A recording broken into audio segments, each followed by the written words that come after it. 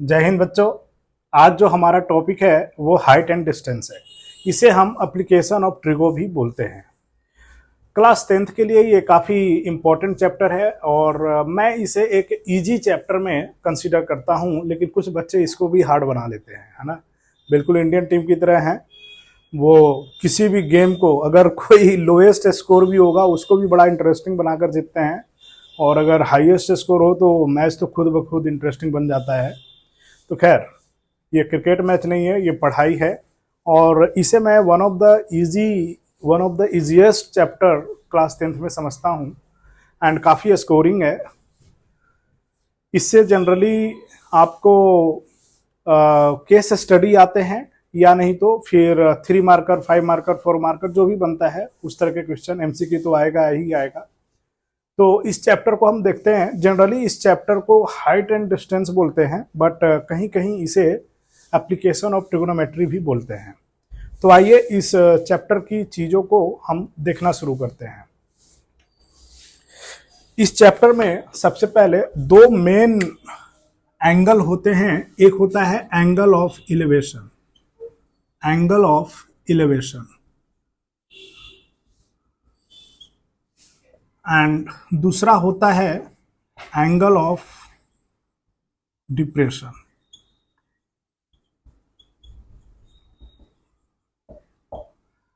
सबसे बड़ी चीज कि इन एंगल को बहुत लोग अच्छे से समझते नहीं है, बस क्वेश्चन कर रहे होते हैं।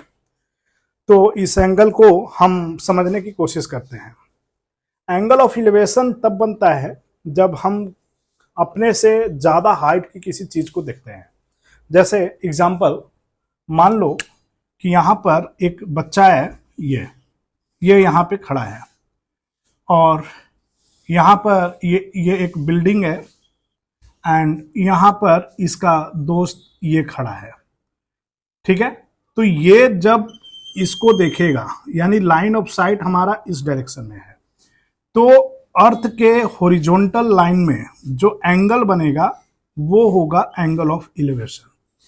यानी कि एंगल ऑफ इलेवेशन में हम हमेशा हाइट की तरफ देखते हैं, ठीक है। और अपने आइज के पैरेलल में एक हम लाइन ड्रॉ, अपने अर्थ के पैरेलल में आइज से हम एक लाइन ड्रॉ कर देंगे। जैसे मैं ऊपर में देख रहा हूं तो ये लाइन, और ये मैं अगर ये लाइन और ये ऊपर, तो ये जो एंगल बन रहा है this is angle of elevation, ठीक है। तो यानी हम अगर हाइट पे किसी भी ऑब्जेक्ट को देख रहे हैं और जो एंगल बनता है between line of site and horizontal line, that is angle of elevation. या आप ऐसे भी जा रहे हो, मान लो कि आप निकल रहे हो, जा रहे हो ऊपर, आपने कोई बहुत ही प्यारी सी चीज देखी एंड आप उसे देखे ही जा रहे हो, तो अभी जो आपका एंगल बन रहा है ना, that is angle of elevation. And angle of depression क्या होता है?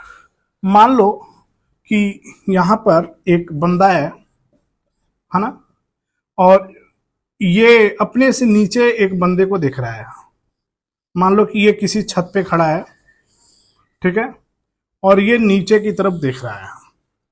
लाइन ऑफ साइट ये है और हॉरिजॉन्टल लाइन ये है। तो ये जो एंगल बनेगा ये हमारा एंगल ऑफ डिप्रेशन होगा। यानी कि जब हम हाइट की तरफ देखते हैं, जब हम हाइट पे देखते हैं, तो जो एंगल बनता है that is angle of elevation. और जब हम डेप्थ में देखते हैं, जब हम बॉटम की तरफ लाइन ऑफ साइट जाती है, और जो एंगल बनता है with the horizontal line, that is your angle of depression. यानी कि मान लो कि आप छत पे खड़े हो एंड आप ऊपर क्लाउड को देखते हो, तो you are making angle of elevation. But आप छत पे खड़े हो और नीचे किसी को जाते हुए देखते हो, नीचे एक शॉप है उसको देखते हो, एक साइकिल वाला है उसको देख रहे हो, तो वो एंगल ऑफ डिप्रेशन है, ठीक है। तो angle of elevation and angle of depression को समझना बहुत जरूरी है। लेकिन यहां पर एक मजे की बात यह है कि अगर कॉन्सेप्चुअली अगर आप गलत भी होंगे angle of elevation and angle of depression में, तो भी न्यूमेरिकली आप सही हो जाते हैं। वो सही कैसे हो जाते हैं? मान लो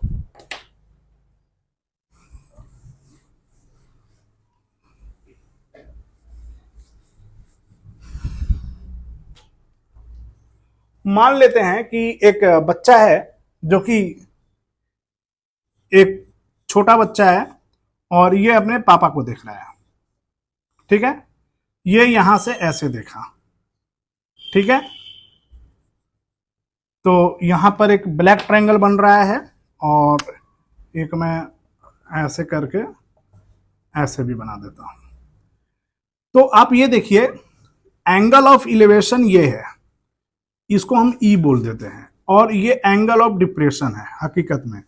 बट अगर किसी ने इसी एंगल को अगर एंगल ऑफ डिप्रेशन बोल भी दिया, numerically conceptually it is wrong, but numerically it is same because of this वाला एंगल एंड दिस वाला angle is your alternate angle because of this line and this line is parallel, and ये line इसको intersect कर रहा है, तो ये और ये इक्वल होगा, और जब इक्वल होगा तो ये इंटीरियर ऑल्टरनेट एंगल बन रहा है, देन न्यूमेरिकली आप करेक्ट हो जाते हैं।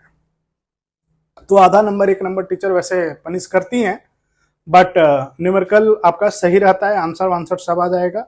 बट फिर भी एंगल ऑफ इलिवेशन जब हम हाइट की तरफ देखते हैं, एंगल ऑफ डिप्रेशन जब हम डेप्थ की तरफ देखते हैं, या जब लाइन ऑफ साइट डेप्थ की तरफ हो तो एंगल ऑफ डिप्रेशन, और जब लाइन ऑफ साइट हाइट की तरफ हो तो एंगल ऑफ इलिवेशन, इस तरीके के 2 एंगल हमारे बनते हैं। अब इसके न्यूमेरिकल की तरफ हम मूव करते हैं। पहली चीज कि इसमें आपको यह देखना होगा कि किस तरीके के क्वेश्चन आते हैं। जनरली जो क्वेश्चन आते हैं वो काफी कॉमन होते हैं, बट कुछ सिमिलर चीजें होती हैं जिनको मैं यहां पर डिस्कस करूंगा, और कुछ स्पेशल चीजें भी होंगी जिसको भी डिस्कस करूंगा। सपोज दैट यहां पर एक ट्रायंगल है, इसकी वैल्यू जो है 30 डिग्री है, नाम पता एड्रेस हम लिख लेते हैं ABC। तो इसके सामने में ये परपेंडिकुलर है, ये हाइपोटेन्यूस है, वो परपेंडिकुलर है, ये बेस है, और ये हाइपोटेन्यूस है। अब मान लो कि किसी ने इसको बोल दिया 8 सेंटीमीटर और आपसे बोला कि आप परपेंडिकुलर भी निकालो एंड हाइपोटेन्यूस भी निकालो। तो यानी इस केस में हमारे पास क्या है, एक साइड का लेंथ है और एक एंगल है। हम पाइथागोरस थ्योरम नहीं लगा सकते, क्योंकि पाइथागोरस थ्योरम तभी नहीं लगेगा जब 2 साइड हमारे लिए नोन हो। तो यहां पर केवल एक साइड नोन है एंड बट एंगल हमारा गिवन है। तो सबसे पहले हम टारगेट करेंगे कि हमें क्या फाइंड आउट करना है ना। कुछ ऐसे क्वेश्चन आएंगे, क्योंकि जो क्वेश्चन आगे आने वाले हैं उसी को थोड़ा सा उसमें कुछ उसके इंटरमीडिएट प्रोसेस में इस तरह की चीजें आएंगी, तो वहां पर एक ही साथ में बताने में आपको दिक्कत होगी। तो हम यहाँ पर इसको इंडिविजुअल एक क्वेश्चन समझकर सॉल्व करेंगे, और पहले इसमें हम अपना एक्सपर्टाइज लेंगे एंड फिर हम अच्छे अच्छे क्वेश्चन को करना शुरू करेंगे। तो यहां पर BC अगर हम देखें तो हमारे पास क्या क्या गिवन है। हमारे पास BC गिवन है which is 8 centimetre, AC given है, AC नहीं गिवन है, AB नहीं गिवन है, बट एक एंगल गिवन है which is ACB and this angle value is 30 degree. अब देखो, मान लो कि मैं इस वाले साइड को निकालने की कोशिश करता हूं और ये वाला साइड ऑलरेडी गिवन है, तो हम ये देखेंगे कि जो साइड निकालना है और जो गिवन है उससे रिलेटेड कोई T रेशियो है क्या। तो हमने ये देखा कि जो गिवन है वो बेस है और जो निकालना है वो परपेंडिकुलर है। तो बेस एंड परपेंडिकुलर में कोई ट्रिग्नोमेट्रिक रेशियो आपको पता है क्या। तो आप बोलोगे सर tan थीटा मेरे को पता है, यानी tan 30 degree can be written as AB by BC। अच्छा, मैं कैसे पहुंचा कि मेरे को tan ही लेना है। मैंने ये देखा कि कौन सा साइड गिवन है और कौन सा साइड हमें निकालना है। उन दोनों साइड को अलग में हमने देख लिया। एक परपेंडिकुलर निकालना था और बेस हमारा गिवन है। तो परपेंडिकुलर और बेस में हमारे पास 2 ट्रिग्नोमेट्रिक रेशियो हैं, एक tan थीटा का है, एक cot थीटा का है। तो हम जनरली साइन cos tan को ही प्रीफर करते हैं, तो हमने यहाँ tan को प्रीफर किया एंड tan के लिए यहां पर हमारे पास एंगल गिवन है which is 30 degree. So I have written here tan 30 is equal to AB upon BC। A B की वैल्यू हमें नहीं पता, हम x ले लेंगे, आप ए बी भी ले सकते हो। बी सी की वैल्यू 8। tan 30 होता है 1/√3। नाउ x by 8, तो x can be written as 8/√3। तो ये इसकी वैल्यू हमें आ गई 8/√3। क्लियर है? अब जब ये भी नोन हो गया, अब ये भी नोन हो गया, तो हम पाइथागोरस थ्योरम से भी निकाल सकते हैं, या हम यहां पर फिर से हम ट्रिग्नोमेट्रिक रेशियो यूज करते हुए भी निकाल सकते हैं, जैसे मैं दिखा रहा हूं। अब मान लो कि अब हम इसको टारगेट करते हैं और इसको टारगेट करते हैं, तो परपेंडिकुलर एंड हाइपोटेन्यूज में कोई टी रेशियो आपको पता है क्या, ट्रिग्नोमेट्रिक रेशियो? आप बोलोगे कि सर साइन थीटा, तो यानी sine 30 can be written as A B by A सी।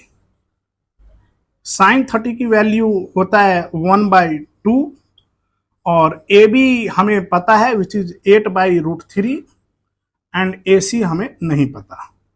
अब हमने क्रॉस मल्टीप्लाई किया तो ए सी हो गया, नाउ इट इज 16/√3।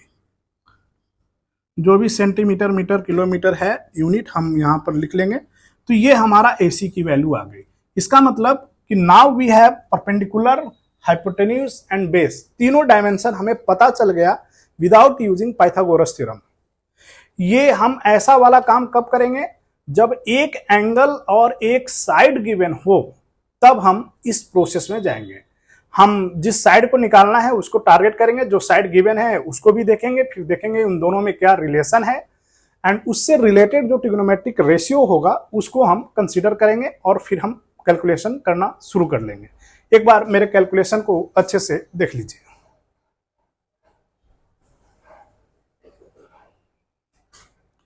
एक्चुअली होता क्या है ना कि जैसे जैसे हम हायर क्लास में जाते हैं वैसे वैसे हमारे मेहनत करने की इंटेंसिटी भी बढ़नी चाहिए, है ना।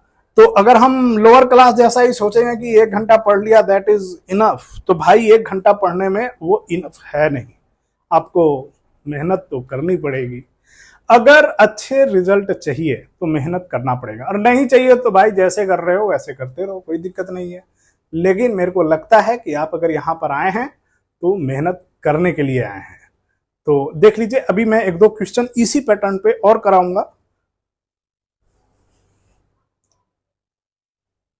ठीक है, एक मैं नया क्वेश्चन बनाता हूं, फिर देखते हैं। अगला क्वेश्चन हम ये देख सकते हैं कि एक ट्रायंगल लिया और मान लो कि यही हमने 10 सेंटीमीटर ले लिया, और इसको हमने, इस बार हम इसको नहीं लेते हैं, हम जानबूझ के इसको लेते हैं ताकि एक वैरायटी आ जाए। इसको हमने 60 डिग्री ले लिया और नाम दे दिया ABC। क्वेश्चन में अगर हम देखें तो अगेन एक साइड गिवन है 10 सेंटीमीटर और एक एंगल गिवन है BAC विच इज 60 डिग्री। ठीक है, तो पहले हम अपने मन में सोच लेंगे इसके सामने में क्या होगा, परपेंडिकुलर होता है, ये बेस हो जाएगा और ये हाइपोटेन्यूज हो जाएगा। जो भी angle, perpendicular and base interchange हो सकते हैं। जो भी एंगल होता है ना, मैं उन बच्चों को अभी ये कैसे हम आइडेंटिफाई करते हैं परपेंडिकुलर, बेस एंड हाइपोटेन्यूज वो बता रहा हूं।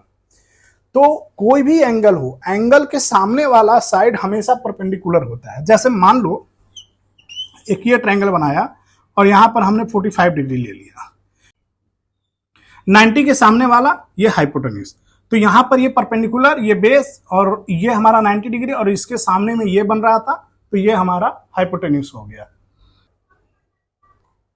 तो अभी हम देख रहे हैं कि हमारे पास AC गिवन है 10 सेंटीमीटर, BAC गिवन है 60। मान लो कि हम टारगेट करते हैं पहले इसको निकालना, तो हमें H गिवन है, हाइपोटेन्यूज गिवन है, परपेंडिकुलर निकालना चाहते हैं। तो हम देखेंगे कि क्या रिलेशन है, परपेंडिकुलर एंड हाइपोटेन्यूज में क्या रिलेशन है, तो बोलोगे साइन, क्योंकि sine theta is equal to perpendicular upon hypotenuse. तो हम ले लेंगे साइन 60, और बेवकूफ की तरह यहां परपेंडिकुलर अपॉन हाइपोटेन्यूज नहीं लिखना है, ये बिल्कुल लर्निंग प्रोसेस में लिखा जाता है, आपको नहीं लिखना है। तो इसके जगह पे लिखोगे क्या, उसके जगह पे जो रेस्पेक्टिव साइड का नाम होगा वो लिखना है। ये हो जाएगा BC अपॉन AC। BC हमें नहीं पता, X बोल देंगे, AC पता है 10 बोल देंगे, साइन 60 की वैल्यू हमारा √3/2 होता है। अगर किसी को एंगल याद नहीं है तो अब तो पक्का याद करना पड़ेगा, अगर नहीं करते हो तो भैया फंस जाओगे, है ना। तो ये हो जाएगा 10√3/2 और 2 जो है 5 टाइम्स कट कर जाएगा, नाउ इट बिकम्स 5√3, यानी ये वाला साइड हमारा आ गया 5√3। ठीक है। अब मान लो कि मैं टारगेट करता हूं AB को निकालने के लिए, तो अगेन अगर हम इसको निकालना चाहते हैं और ये गिवन है, तो बेस एंड हाइपोटेन्यूज में क्या रिलेशन है? तो आप बोलोगे कि base and hypotenuse sir cos theta और सेक थीटा। कॉस थीटा होता है base upon hypotenuse and sec theta होता है हाइपोटेन्यूज अपॉन बेस। तो जैसा मैंने बोला कि sine theta, tan theta, cos theta ऊपर वाला ही तीनों लेंगे, तो हम यहां पर कॉस थीटा ही कंसीडर करेंगे, यानी कॉस 60 डिग्री। बेस होता है, यहां पर AB है, हाइपोटेन्यूज AC है। AB हमें नहीं पता तो यहां पर Y ले लेंगे, क्यों? क्योंकि यहां पर हमने X कंसीडर कर रखा है, एंड ये है 10 सेंटीमीटर। कॉस 60 होता है 1/2 लिख देंगे, और ये हो गया Y/10, डिनोमिनेटर से हम कट कर सकते हैं, तो Y = हो गया 5। अब अगर पाइथागोरस थ्योरम भी लगाकर चेक करोगे ना बाबू ये दोनों का, तो आपको 10 आ जाएगा। देखिए 5 यहां करता हूं, 5 का स्क्वायर हो गया 25 और 5√3 का square 75, now it is 100 which is square of 10। तो देखो पाइथागोरस थ्योरम वैलिडेट हो गया। तो यानी कभी भी एक साइड और एक एंगल आपको गिवन है, तो हम कैसे बाकी के तीनों साइड या बाकी के दोनों साइड हम निकाल सकते हैं, इवन मिसिंग एंगल भी निकाल सकते हैं एंगल सम प्रॉपर्टी से। तो ये वाला चीज आपका क्लियर है क्या? तो हम आगे बढ़ते हैं, बढ़ा जाए। अभी मैं आपको एक ऐसा वेपन्स देने वाला हूं, मैं इस चैप्टर को क्यों इजी चैप्टर बोलता हूं ये अभी आपको समझ में आएगा। मैं एक ऐसा वेपन्स देने वाला हूं जिसका यूज करते हुए ये चैप्टर जो है ना बिल्कुल मक्खन मलाई की तरह इजी हो जाएगा, इजी टू डाइजेस्ट। ठीक है, तो वो चीज क्या है मैं अभी डिस्कस कर रहा हूं, बड़े अच्छे से देखना। जब आप हाइट एंड डिस्टेंस को करते हो ना, तो जब डायग्राम बनाओगे तो कुछ स्पेशल तरीके के डायग्राम आपको बनेंगे। कुछ डायग्राम तो सिंपल बन जाएंगे ऐसे, है ना। इसमें वही होगा कि एक साइड एक एंगल और एक साइड गिवन होगा, बाकी दो को निकालना होगा। तो इसको हम छोड़ ही देते हैं। एक बनेगा कुछ ऐसे, एक बनेगा कुछ ऐसे, एक फोटो आपका बनेगा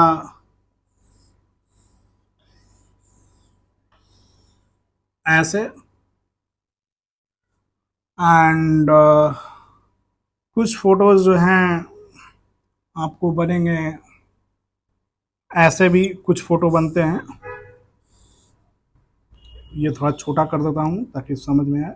ऐसे जनरली आप जब हाइट एंड डिस्टेंस करोगे तो ये 4 तरीके के फोटो बनेंगे, और बिलीव मी जो बच्चा इन 4 तरीके के फोटो को करना सीख गया उसके लिए हाइट एंड डिस्टेंस रियल में इजी होने वाला है। और अगर नहीं होता है तो जो जिस डेटा से मेरा वीडियो देख रहे हो वो डेटा मैं वापस कर दूंगा, है ना। तो देखते हैं। अब देखो इसमें आपको 2 ट्रायंगल, ये सब राइट एंगल है, ये सब क्या है, ये सब राइट एंगल पे है ना, ये राइट एंगल है। तो इसमें आपको 2 ट्रायंगल नजर आएगा। एक ट्रायंगल आपको ये नजर आया, ये, और दूसरा रेड के साथ ये, है ना। वैसे ही इसमें भी एक ट्रायंगल यहां से आपको नजर आ रहा होगा और एक बिल्कुल पूरा लेने के बाद आ रहा होगा। इसमें तो 2 क्लियर नजर आ रहा है, इसमें भी 2 क्लियर नजर आ रहा है। तो इसमें से 3 क्वेश्चन में, 3 फोटो में आप देखोगे कि एक साइड जो है दोनों में कॉमन है। ये वाला साइड मैं ग्रीन से पेंट कर रहा हूं, बट ये चल के इसी के साथ लाल पीला ब्लू हो गया। ये वाला साइड इसमें कॉमन है, ये वाला साइड इसमें कॉमन है, और ये वाली हाइट इसमें कॉमन है। अब देखिए, है ना, तो कभी भी इसके न्यूमेरिकल करेंगे ना तो दो केस बनेगा, जाहिर सी बात है, दो टी रेशियो लोगे। हो सकता है कि अभी थोड़ा बहुत समझ में ना आए, तो जब मैं इसके न्यूमेरिकल्स कराऊंगा ना वहां पर इसी को यूज करूंगा, तो वहां पर और अच्छे से समझ में आएगा, है ना। तो करना क्या है कि जो कॉमन वाला साइड है ना, हर टी रेशियो में से मान लो कि इसको x लेते हो, तो x इक्वल टू दोनों इक्वेशन से आपको बाहर कर लेना है। दो इक्वेशन कैसे बनेगा इसको देखते हैं। क्योंकि दो ट्रायंगल है तो दो ट्रिग्नोमेट्रिक रेशियो लेना पड़ेगा, और जब दो लोग हैं तो ये कॉमन है, तो साइड को इक्वलाइज करके इक्वेशन बना लेंगे। इसमें भी साइड को इक्वलाइज करा के इक्वेशन बना लेंगे, इसमें भी साइड को इक्वलाइज करा के इक्वेशन बना लेंगे। इसमें क्या हो सकता है, इसमें हो सकता है कि इधर ये थीटा दे और ये 90 माइनस थीटा दे दे। अगर ऐसा दिया तो फिर यहां पर tan थीटा निकाल लेंगे दोनों से, यानी जो कॉमन चीज होगा। अब पकड़िए, यानी कि दोनों ट्रायंगल में चाहे तो टी रेशियो चाहे तो एक वेरिएबल कॉमन होगा, और जो कॉमन होगा उसी में हम अपना इक्वेशन बना देंगे। और इक्वेशन 1 इक्वेशन 2 LHS को इक्वल मारेंगे और RHS को कंपेयर कर देंगे, और इस तरीके से हमारे न्यूमेरिकल्स डन होंगे, है ना। तो इसमें अगर ये थीटा और 90 माइनस थीटा गिवन है तो देखो बाय डिफॉल्ट ये वाला एंगल थीटा हो जाएगा एंगल सम प्रॉपर्टी से। तो इसके लिए हम tan थीटा निकाल लेंगे, इसमें इसके लिए tan थीटा निकाल लेंगे, अब दोनों को कंपेयर कर देंगे। थीटा अगर 30 है तो दोनों में 30 आएगा, तो जब हम कंपेयर कर देंगे तो फिर हमारा अपना आंसर आ जाएगा। हो सकता है कि चूंकि आपने एक भी क्वेश्चन अगर आपने अभी तक नहीं किया है तो वाकई में मेरी ये चीज समझ में नहीं आया होगा, है ना। तो फिर भी आप बस इतना याद रखिए कि सर ये बोल रहे हैं कि जो चीज कॉमन होता है ना उसी से हम इक्वेशन बना लेते हैं। मतलब मान लो कि इसमें ये x कॉमन है, मान लो ये x है, y है, z है, ये कोई थीटा है, ये कोई फाई है। तो इसमें हम tan थीटा क्या हो रहा है, tan थीटा हो रहा है x बाई वाई। क्या बोलना चाह रहा हूं वो बता रहा हूं। तो इसमें x इक्वल टू क्या हो जाएगा, बोलोगे सर y tan थीटा, छोड़ दो। अब हम बड़े, अच्छा इसमें y प्लस जेड लिख लो, क्योंकि थीटा लिख दिया है y प्लस जेड, तो ये हो जाएगा y प्लस जेड ऐसे। अब हम आते हैं फाई वाले में, तो tan phi is equal to क्या, तो बोलोगे सर x बाई वाई, और यहां पर x equal y tan phi. अब ये y tan फाई, अब ये वाला चीज और ये वाला चीज कंपेयर कर देंगे। जब हम कंपेयर करेंगे ना तो हमारा आंसर आ जाएगा। ये यहां पर सारे हमने वेरिएबल ले रखे हैं, वहां पर आपके न्यूमेरिकल वैल्यू होंगे, 5 होगा, 10 होगा, √3 √5, कुछ इस तरीके के डेटा होंगे। तो जब हम कंपेयर करते हैं तो वो चीज हमारे लिए काफी इजी हो जाता है। जब मैं इसका पार्ट 2 बनाऊंगा उसमें सारे न्यूमेरिकल्स हम कराएंगे, एंड पार्ट 2 में मैं बिल्कुल अच्छे से पूरे न्यूमेरिकल्स आपको कराऊंगा। तो होप्स मेरे को अभी भी सेटिस्फेक्शन नहीं है कि आप लोग समझे कि नहीं, बट फिर भी अगर नहीं समझे हो तो जब हम न्यूमेरिकल करने जाएंगे ना वहां पर ये क्लियर होगा, और फिर मैं डेटा बिल्कुल वापस करूंगा, ठीक है। तो आज की क्लास हम यहीं तक रखते हैं, एंड फिर अगला जो पार्ट बनाऊंगा उसमें इसके न्यूमेरिकल्स कराऊंगा। एंड शेयर जरूर करना। Thank you.